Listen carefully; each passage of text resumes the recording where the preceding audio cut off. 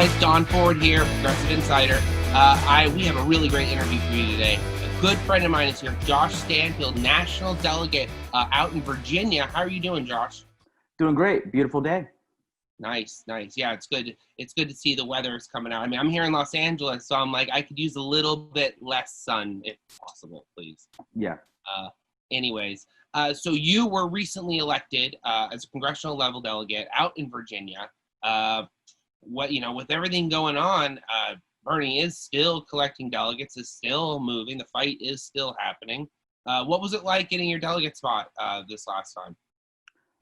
This last time it was, it was unusual because in Virginia, because of the vote breakdown in the primary on Super Tuesday, we got only 2 Bernie delegates, national delegates at each CD level in Virginia. We only have 11 congressional districts, but my CD level, we only got 1 Bernie national delegate. So I was sort of in an unusual situation where there's just 1 spot and they had required it to be a male spot.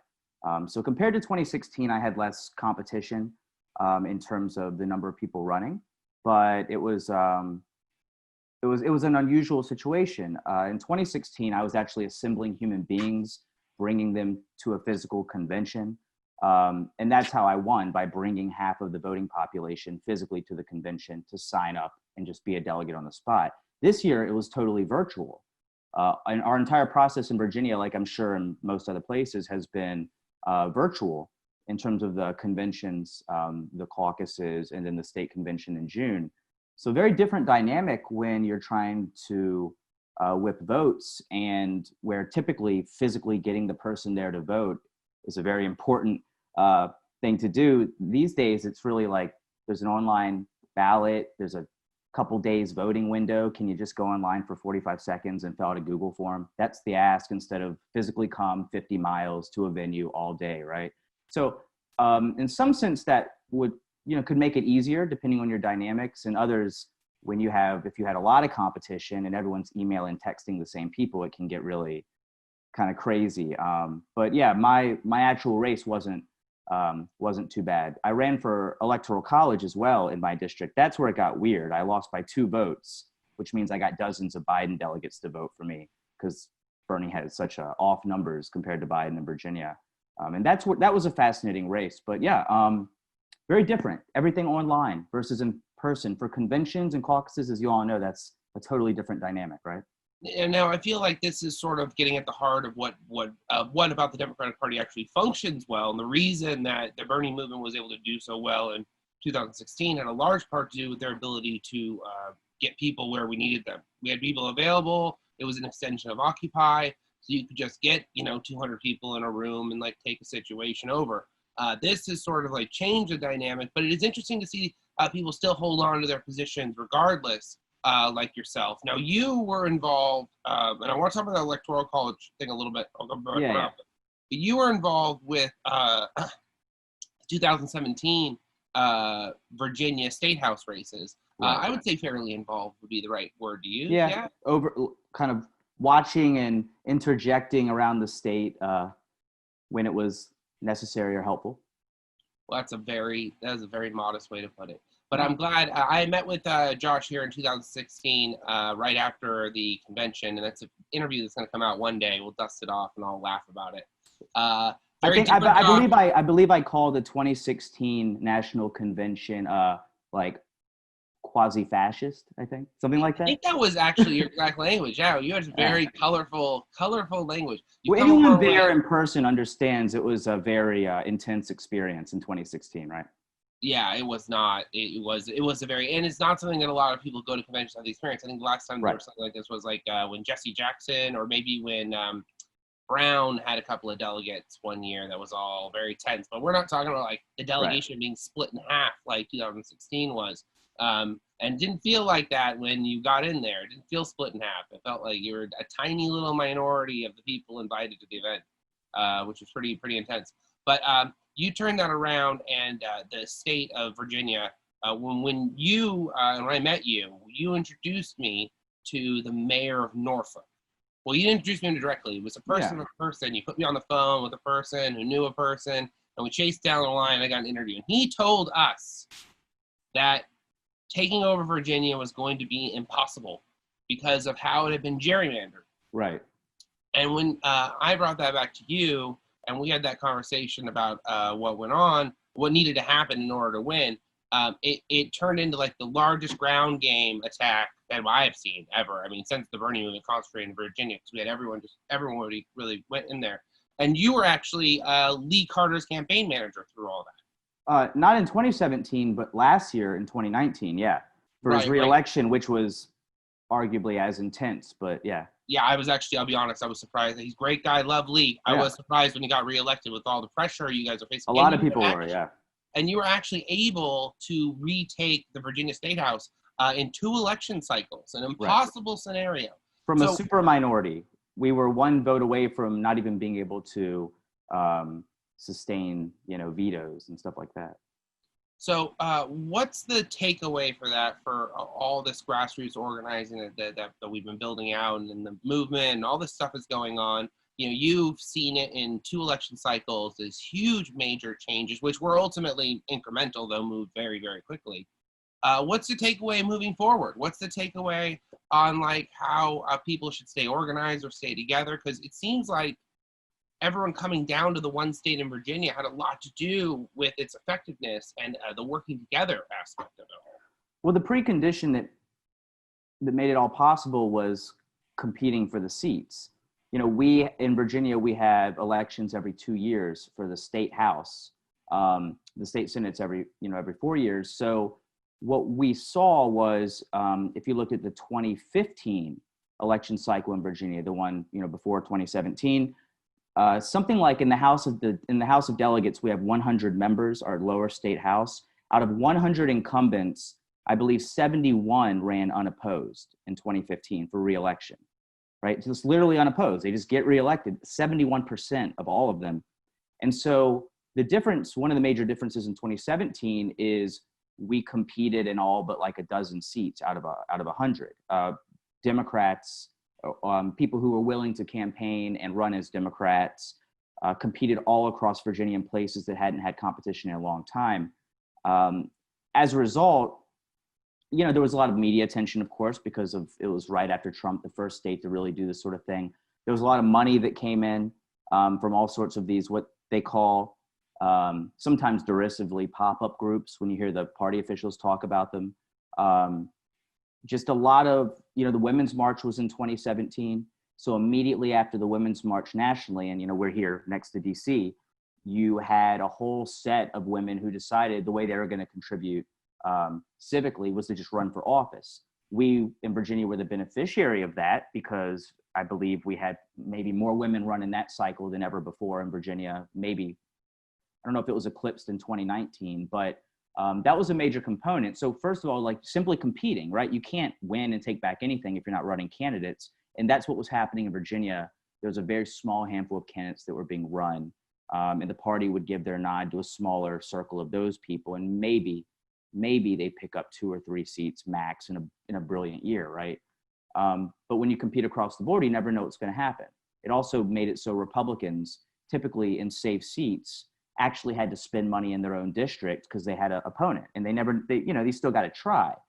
That kept a lot of money from being funneled to super competitive races, which was typically what would happen. Oh, so you're saying like if we just ran like 1 or 2 people and tried to do those things, they would have gotten drowned out in big money from all the races that didn't happen? All the Republicans with no opponents, which was the majority of our legislature, where are they going to spend their money in an election year when they have no opponent? They're going to give it to their friends or who their party leaders say to give it to flip seats or hold highly contested races. But when they all have challengers, especially if they haven't been challenged in 10 or 15 years, they don't know what's going to happen, and they're more reluctant to give their money away and more likely to spend some portion of it in their own district, even if they know it's unlikely a Democrat can win. That keeps some of the money from going to these super competitive spots, right? And these guys don't even know how to spend their money, too. That's the other thing. I mean, mail, lots of mail, non-union yard signs and printing. And now in Virginia, there are no limits on campaign contributions. No limits. Right? An individual, for any race in Virginia, anyone could just stroke a $10 million check to any campaign for anything in Virginia, and here you go, do whatever you want with it. Any corporation can directly give. You don't have to set up a corporate PAC. The company can just give directly to the campaign.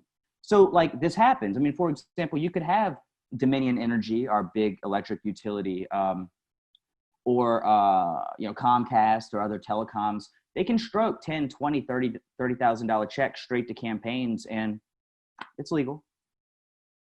So yeah, there are no limits for individuals, businesses, PACs, super PACs. It's a free-for-all. So when we met, the big conversation was over gerrymandering, and that was what was going on in Virginia. And we always talk about gerrymandering as this huge, overwhelming issue, which it is, and I don't want to downplay that at all. But the thing that made a couple funny story about how Virginia is gerrymandered, but the funny thing is that when the turnout is below, let's say, 25%, which Virginia turnout was extremely low. Right. Technically, you can flip any race if you can get enough turnout, because everyone has shrunk these electorates down and down and down and down and down. So they're winning with such small vote totals because it's cheap, frankly, and they psych everyone out. They think you can't win in the district. So Josh, did I ever tell you the story on what the mayor told me how Virginia ended up getting gerrymandered? No.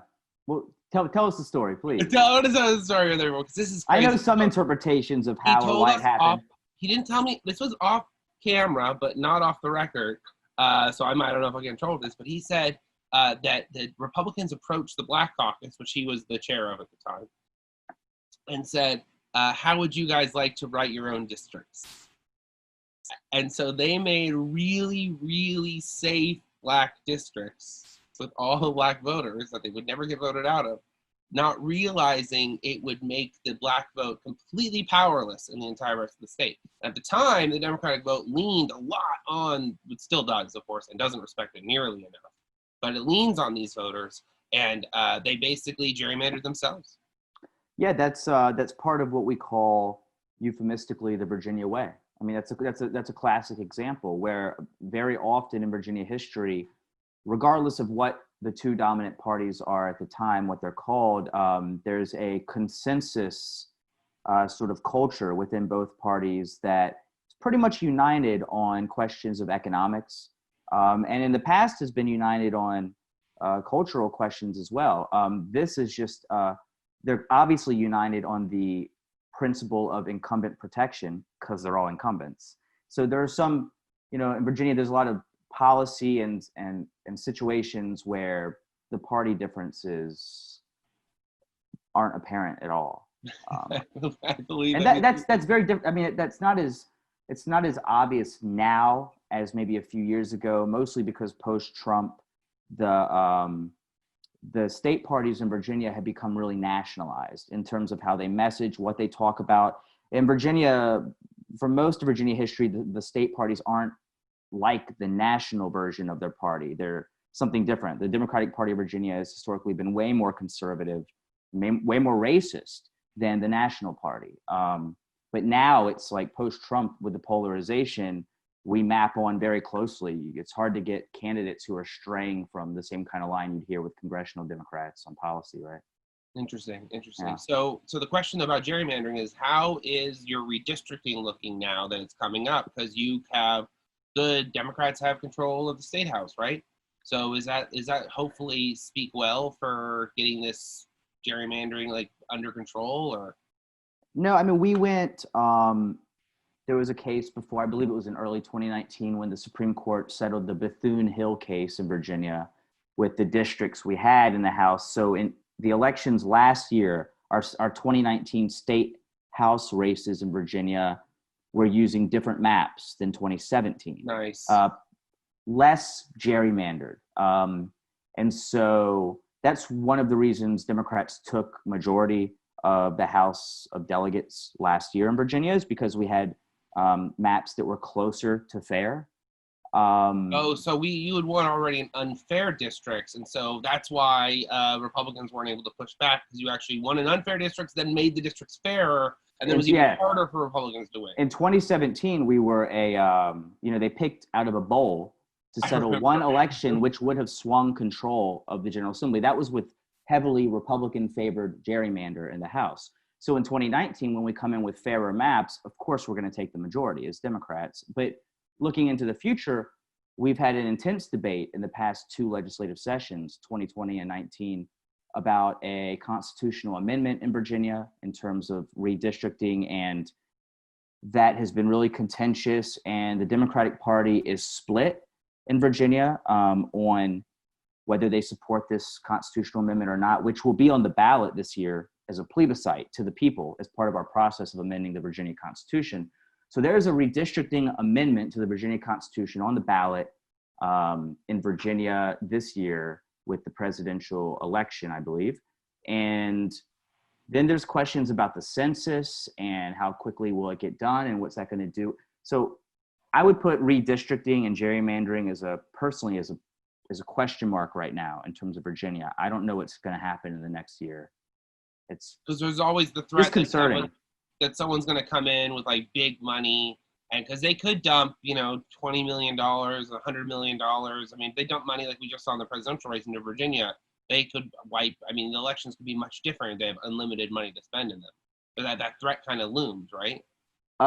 Yeah. I mean, when it comes to constitutional amendments that are put on the ballot in Virginia, I believe there's a special campaign finance limit just for campaigns on constitutional amendments to make sure they're not, but for elections, of course, infinite money from anywhere. But when it comes to amending the Virginia Constitution, I believe it's like maybe 10 or 20 grand from any given committee, max, the whole cycle. But, it's important to remember there will be plenty of Democrats and elected Democrats who are not going to vote for this amendment. And there will be some who do on the ballot.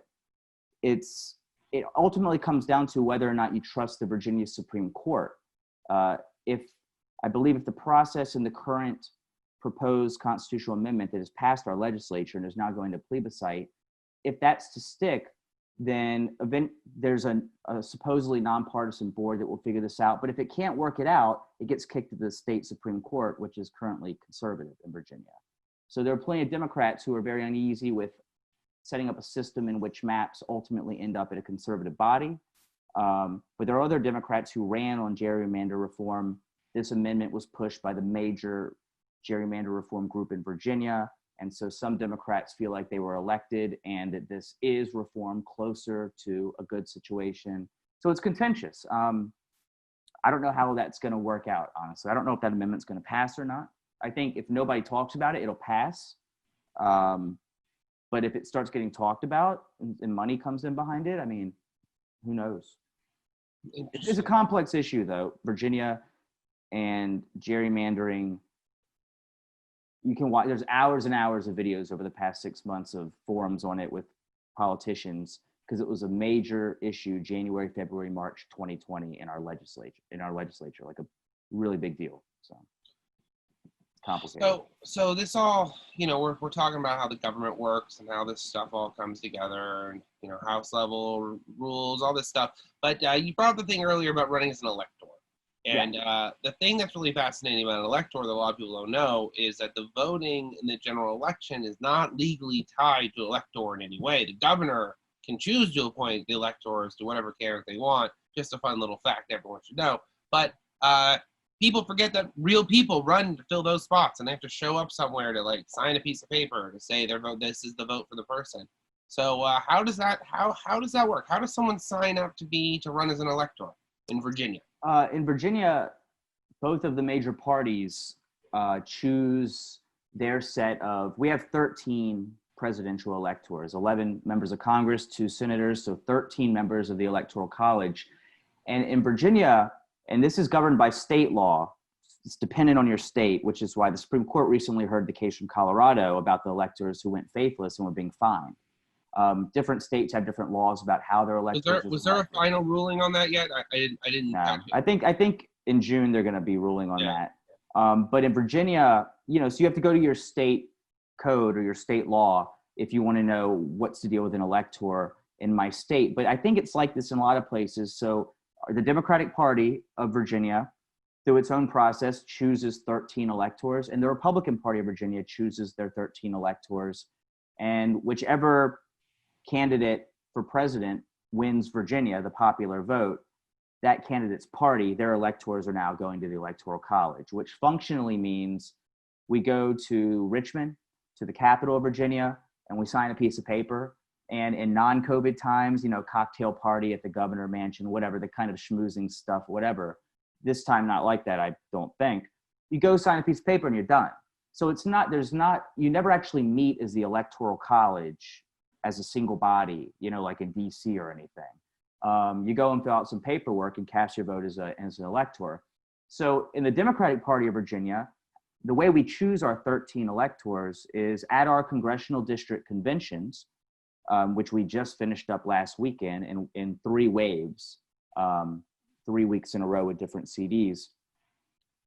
Each congressional district convention chooses 1 member as presidential elector, the Democratic convention. And so we had 11 people chosen at their congressional district conventions. We have 11 of them. And now at our state convention in June, we will elect 2 more people to make 13, our total set of presidential electors. So, the way you run is it's almost identical in Virginia as if you wanted to file to run as a national delegate for Bernie Sanders, which is, it's a Google form and there's a filing deadline. And it's like, it takes 30 seconds to fill it out, just like for national delegate, name, email, what are you applying for? And, do you promise to support the Democrat and the little, like those little things that you sign at the end, and submit the Google form. So I submitted a form. That's how I got on the ballot at the convention, the Congressional District Convention for elector. But it's elected by the entire convention at large, not just the Bernie delegation, unlike Bernie national delegate, right? Just your delegation votes. So in order to win, assuming you're contested, you have to get votes from Biden delegates or Warren delegates if you have those where you're at. We didn't.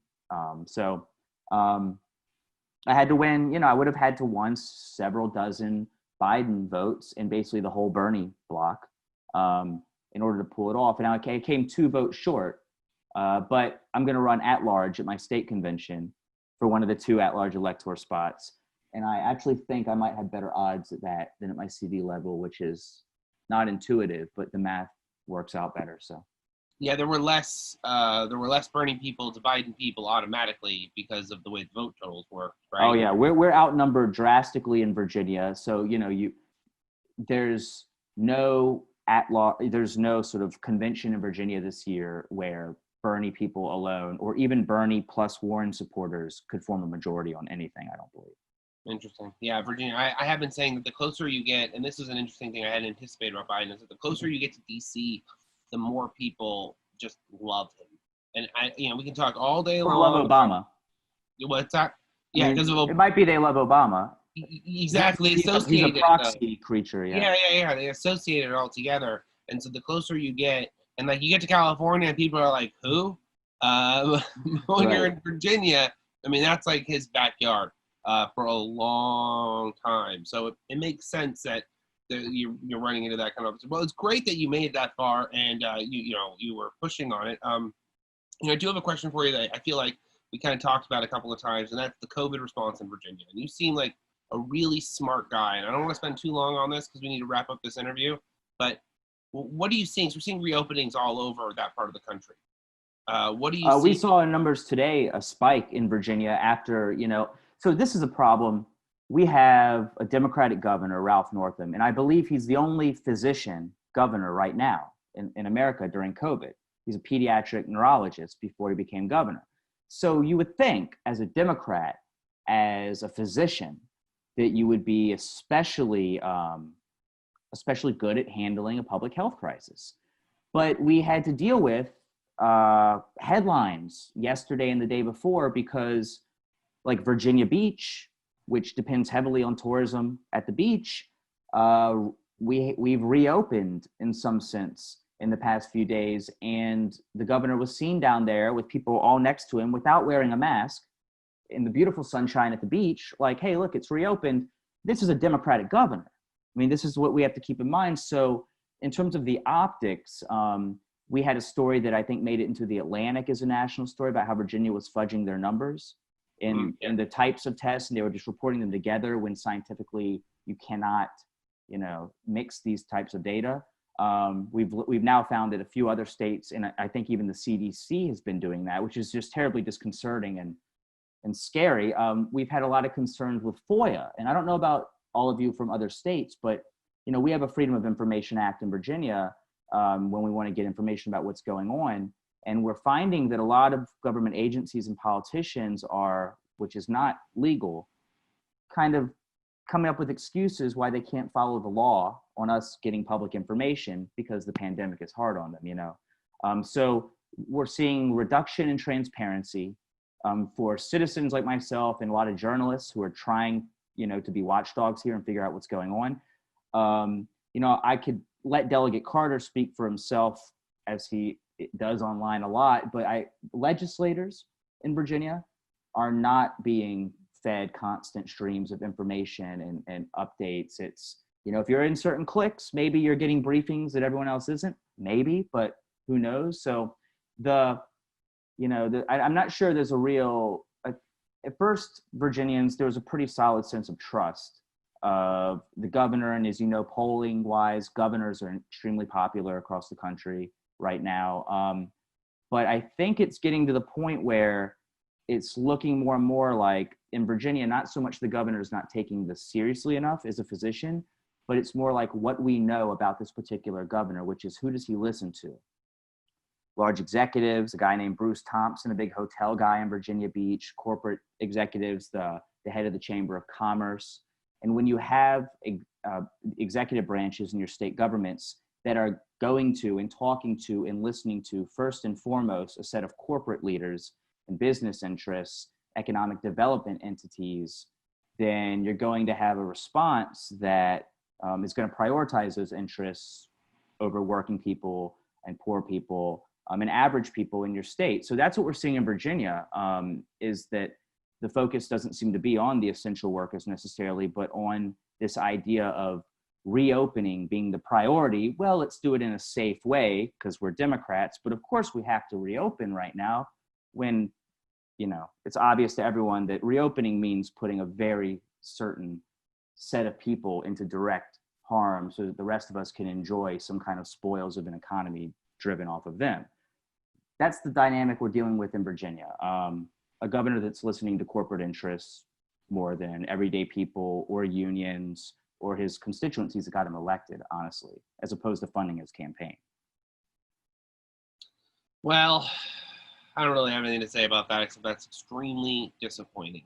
But pretty much what I expected. I mean, slightly better than I expected. I was like, well, everything's on fire mostly was pretty much what I was going with. But I think our hospitals haven't reached capacity, now in rural parts of Virginia, it's getting bad. And that's a tendency across America where access to healthcare facilities and some that are whatever's still open in a lot of these places are being stressed and will be stressed even more as we head into what could be whatever it is, a second wave, whatever's coming. But for the most part in Virginia, I think that's led to a false sense of security because we didn't really hit that point where we filled up all the ICU units, we ran out of ventilators, or we even got close. And as a result, maybe leadership got into the mindset that, well, it's not really going to be as bad as everyone was saying, which, as you know, can lead to a second wave that's worse than everyone thinks. Because Virginia locked down. Well, Virginia locked down really well early on. Because you have a Democratic governor? I don't know how early. I think we were like maybe midway in the set of states in terms of when we did it. I believe, no one quote me on this, but I think Larry Hogan in Maryland, the Republican, did it before we did. He's been a few steps ahead of us. The closer you were to New York, the more people were likely to shut down. That's essentially what we're trying to do for everyone watching this. If you're wondering, we're trying to control the transmission of the virus in New York. The virus we're seeing everywhere else, well, okay, it's like a spider web of hell that is going across the country as people get out of New York and spread it across. But we're trying to slow that transmission because that's the really, really bad one that makes you max out on ventilators. And because things shut down so fast, it stopped it from transmitting as terrible as everyone thought it was going to. But when it came down to it, now in New York, people are leaving again. They're starting to get around. Not to mention Brazil is a huge outbreak. We still have not shut off flights from there. We're still taking flights from Brazil every day. Well, it's because our leaders are buddy-buddy, Yeah, they are buddy-buddy. Yeah. So, I mean, I think that this is where we're talking about trying to make real change right now. Is I think that progressives need, and tell me what you think about it, Josh, when we wrap up this interview, that progressives need to adjust their platform and planning for the reality of this waves that are coming. And as capitalists that rule our government, they have a loss of life. I don't know if anyone's seen Fight Club, and they're debating on the changes to the car based on how many people die and all the blah, blah, blah. That's a real thing. And so the American government is run by capitalists, and they're doing the same thing. Is the loss of life greater than the cost of shutting down? And we are about to hit that point because this is going to explode. And I think progressives need to adjust their planning for what these guys are willing to do and the rate at which the infections are going to make the problem worse. What are your thoughts on that? Yeah, that's, I mean, it's in a way it's unpredictable, but you have, you know, the Spanish flu and other types of flus to look at and the political responses to them. I mean, it's a big question for me is what, if you're actually in office right now, this is incredibly risky because this is the kind of thing where if there's another wave that's bad enough, there could be a generic public backlash that's literally like, if you were in power at that time, you got to go because things got so bad. It doesn't matter if you say you couldn't have done this or that. And if I were a politician in office, I would be very afraid of, a second wave and really increasingly drastic circumstances on the ground, and just being seen as, look, you were in office. And so, you shouldn't be in office anymore. And I don't know if it's just hard to predict. We've seen a lot of politicians in Virginia, they're just, they're on cruise control in terms of the way they act, but a lot of it's like, they don't know what they can do. I mean, campaigns are one thing, but if you're actually in office right now and you're not, a governor or the president or a senator or congressperson with a lot of leverage or power, if you're a state rep, how much can you do aside from if your constituents have requests or need help, you try to fulfill what you can. But it's a really paralyzing circumstance, I think, for politicians and a lot of candidates because the uncertainty, especially if we switch to vote by mail, a lot of incumbents have never had elections in their districts where everyone got a ballot. They don't know what's going to happen when there's finally like a turnout that you would get with vote by mail. So that's a whole nother world when you start thinking about them freaking out about what does my district even look like if everyone gets mailed a ballot? Because I don't know. I've represented it for 20 years, but I've never had more than 49% turnout. So yeah, what you're if talking I get like 70, right? Yeah. 85%. You have no idea what could happen. And it might actually they might actually have an advantage based on it, but they don't know. And that's the uncertainty is gonna, and I think, we're gonna have primaries in Virginia the next few cycles, and that's gonna exacerbate it. So if we can avoid the suffering or, if you can endure the suffering, then, there's a lot of promise that can come out of this moment. But, it would be nice if we just had competent and, dignified and honest people across the board in government, as if that ever has or ever will be the case, right? Since that's not happening, we need a plan B. Just, we got a couple of ideas. I'm trying to laugh at it only because if I cry, I get even shinier. So it's dude, you're making just tons of really good points. Now let's close on something positive though. What's the positive thing? What are we taking away as organizers? There's a lot of people who are going to be watching this or curious about a lot of things. But kind of this is a downer time, but like we're trying to get through this. I want to say things like we got to keep coming together. We got to come working together, except for Joe Biden.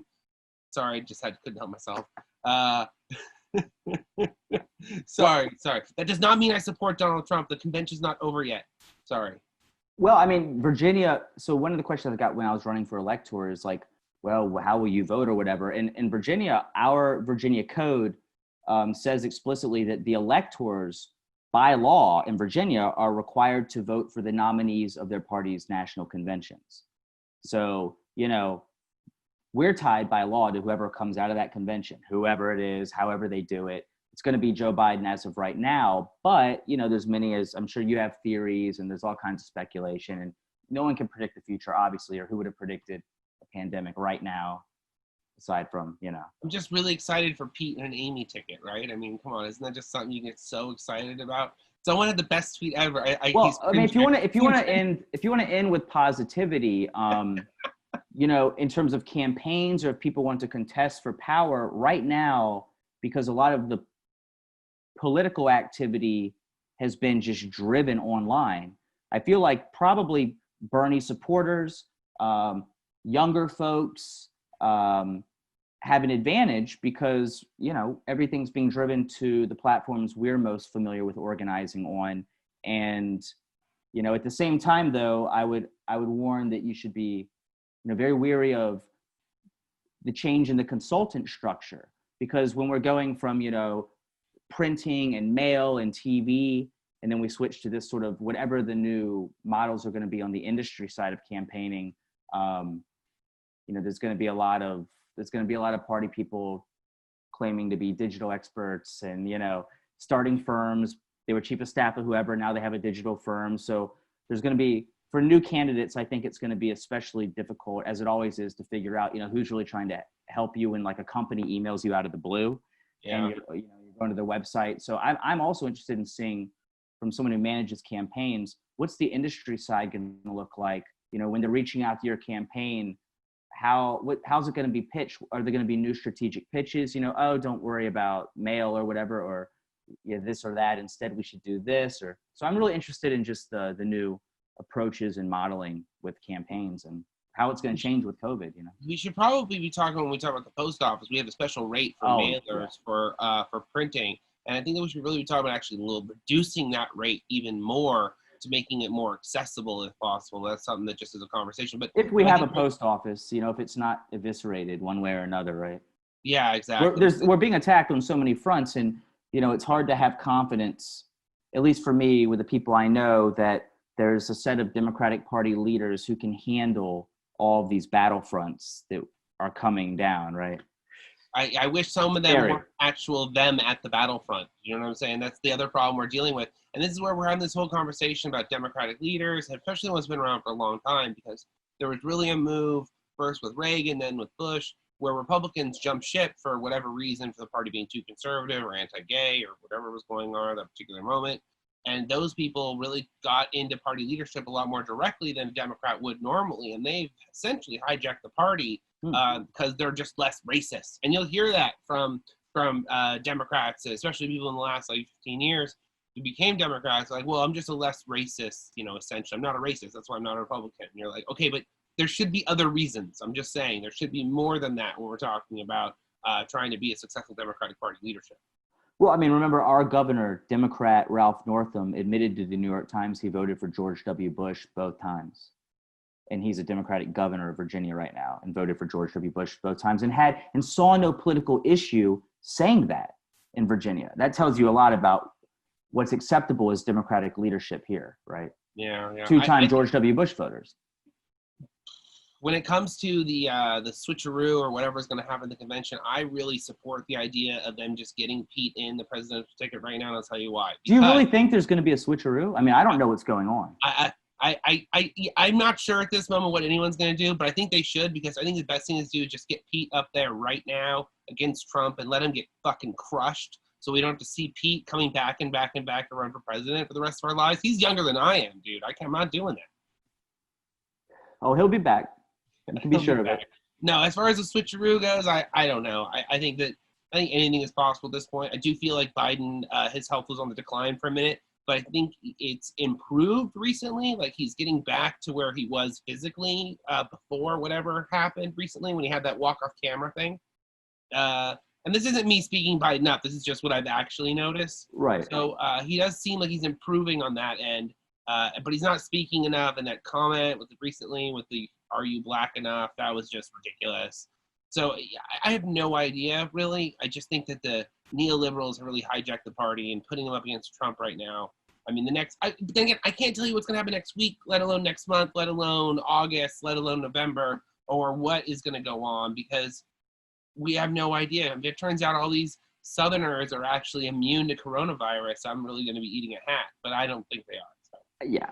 Well, I mean, you know, I've had the luxury of being able to kind of look away from national politics because there's so much work to do in Virginia. It's so utterly corrupt. And, you know, we started with so little power as Democrats just a few years ago that, you know, it's just now that I've now been elected a national delegate again that I'm actually starting to pay closer attention to national politics day to day. So I'm, I didn't follow a lot of the moment by moment turns in the primary. I had a general idea what was going on, but I was, focusing on Virginia. So yeah, and now I'm starting to watch, and it's like really kind of, it's all bizarre, so bizarre. Without getting into a long conversation, we had control for like 1 second. For like 1 second, we got the Iowa State Party chair out. We undid a bunch of rigging for Pete and all this stuff that was going on with that. When Nevada got their act together, and then South Carolina happened, and it was an operation. It was the Republicans coming in to put the weakest candidate up, and then the neoliberals like jumped on it because they saw Biden as the one person to beat Bernie, and then they started withholding delegate results all over the country. So when like we would win a state, they wouldn't release the results for like 2 weeks. So it looked like only Biden won states. And this was like their new way of doing superdelegates. Because remember how superdelegates were used against us? We got rid of those. Right. And then now they just figured out a new way to leverage us so voters wouldn't show up. And then now it just seems like vote for Biden because it's what everybody's doing. They're not even promoting or sending ads because they're totally riding on the name notoriety alone.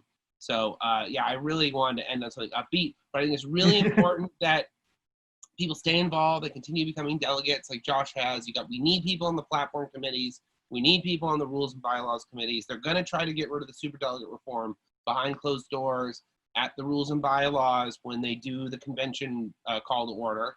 I'll tell you exactly how they're going to do that some other time. Josh, you should know if you're going to be a national delegate. Well, I think Virginia might have 4 or 5 people in that committee. So we can maybe pressure them. Hey, look, we suspect you're going to do this. Better not. Yeah, I know. The thing is that I suspect they're going to do it. I know exactly. See, they're going on the run that they don't think anyone knows how it works, and they don't think anyone believes me when I say I negotiated the superdelegate reform. Me and Josh were joking about it on the phone a couple weeks ago, and he was like, "No, you do sound like a fucking liar. You should." And then I told him the story about how we met. And I told him the story about how we met out of context, and he was like, "Oh yeah, you're totally a fucking liar." Well, I mean, memories. Right? Aren't memories for the most part fictional? I mean, hasn't that been? No. That's why I do the live streams, man. I record everything. I got you on camera. I'll tell you this, guys. We're going to close this. Josh has changed so much since the time I met him from when we had that conversation to now. Because when we met him, it was the obsession of how are we going to get enough money to do it. And they realized the power of sweat equity, and they took over a state with it. I mean, there was still a lot of money. Don't kid yourself. But it was knocking on doors. Not to me. Did you know that the gold standard by the DNC was created, the 3 points of contact after the Virginia wins? They had a whole thing on the wall, done a whole show at a DNC meeting talking about what you guys did and how you did it and how it was successful, and it became the DNC gold standard for campaigning from that point. Interesting. Good to know. Yeah, that you should know that. So anyways, that's it, guys. I am Don Ford. This has been Josh Stanfield. Yeah, thanks a lot. National delegate for Bernie Sanders. I think I missed the Bernie Sanders part, didn't I?